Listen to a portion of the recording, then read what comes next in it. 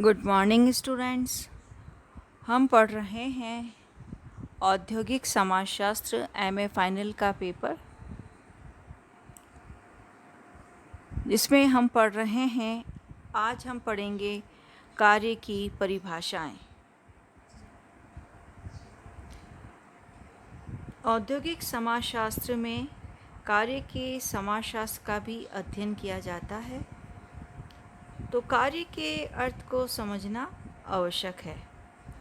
कार्य या श्रम सामान्यतः समझने में तो सरल लगते हैं, लेकिन इन्हें परिभाषित करना एक बहुत कठिन कार्य है।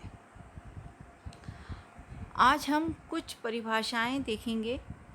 तो फर्स्ट डेफिनेशन है द कंसाइज ऑक्सफोर्ड डिक्शनरी, यानी द कंसाइज ऑक्सफोर्ड शब्दकोश के अनुसार कार्य किसी उद्देश्य की प्राप्ति के लिए शक्ति, परिश्रम तथा प्रयत्नों का उपयोग है।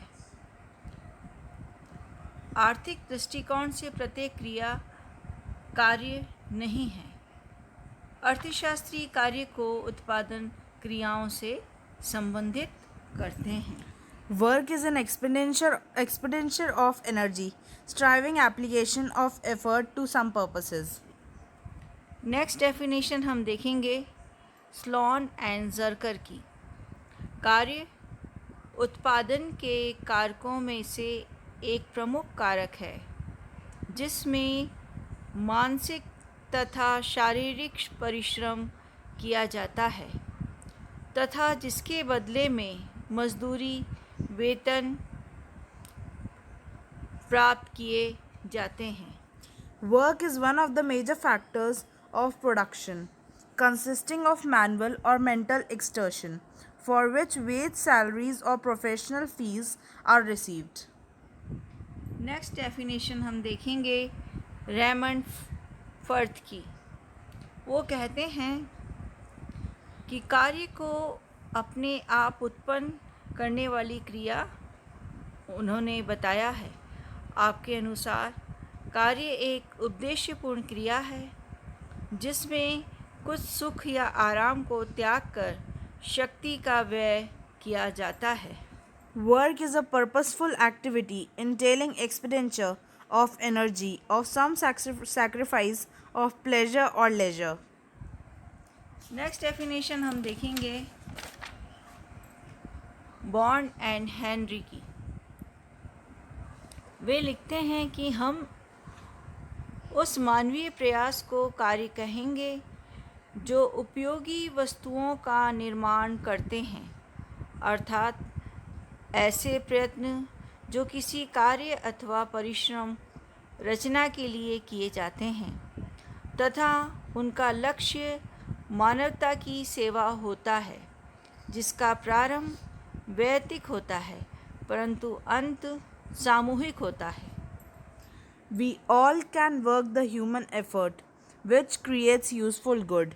That is to say, the effort that places itself at the service at a piece of work, a creation of labor itself destined for the service of humanity, an effort personal in origin but fraternal in its end. Next definition हम देखेंगे गिस्बर्ट की।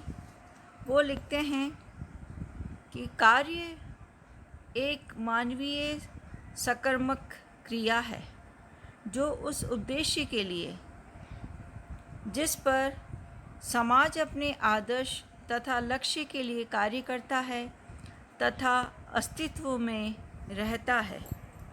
Work is a human transitive activity existing for the sake of its object, on which society acts as norm and destination.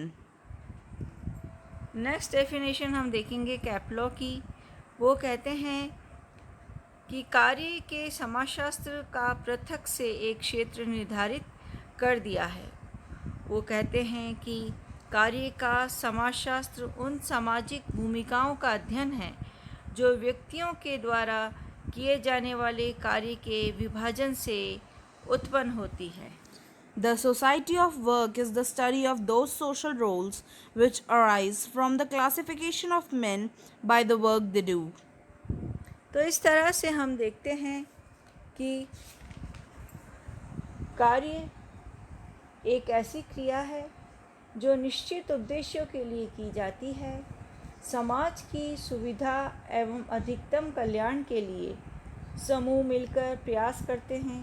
प्रयास की विभिन्न क्रियाओं को उनकी प्रकृति के आधार पर विभिन्न भागों में विभाजित किया जाता है तथा एक विशिष्ट प्रकार की क्रिया को ही कार्य कहा जाता है। औद्योगिक क्षेत्र में कार्य की समाजशास्त्रीय अवधारणा का अत्यधिक महत्व है। औद्योगिक समाजशास्त्र कार्य का समाजशास्त्रीय अध्ययन करता है।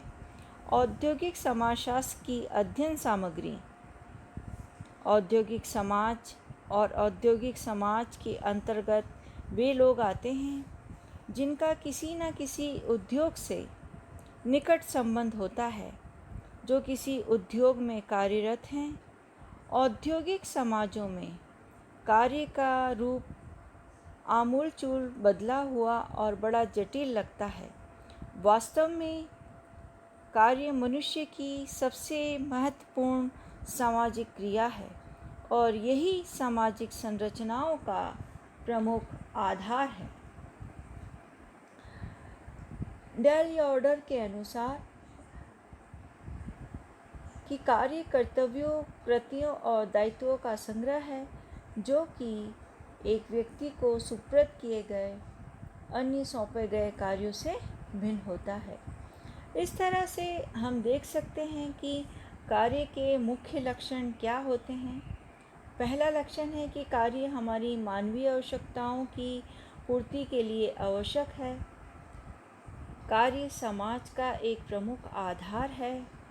कार्य की पूर्ति के लिए समूह बनते हैं तथा समाज की संरचना प्रभावित होती है। कार्य में शारीरिक एवं मानसिक दोनों प्रकार के प्रयास सम्मिलित हैं। यह क्रियाओं का एक समूह होता है जो निश्चित उद्देश्यों की पूर्ति के लिए किया जाता है।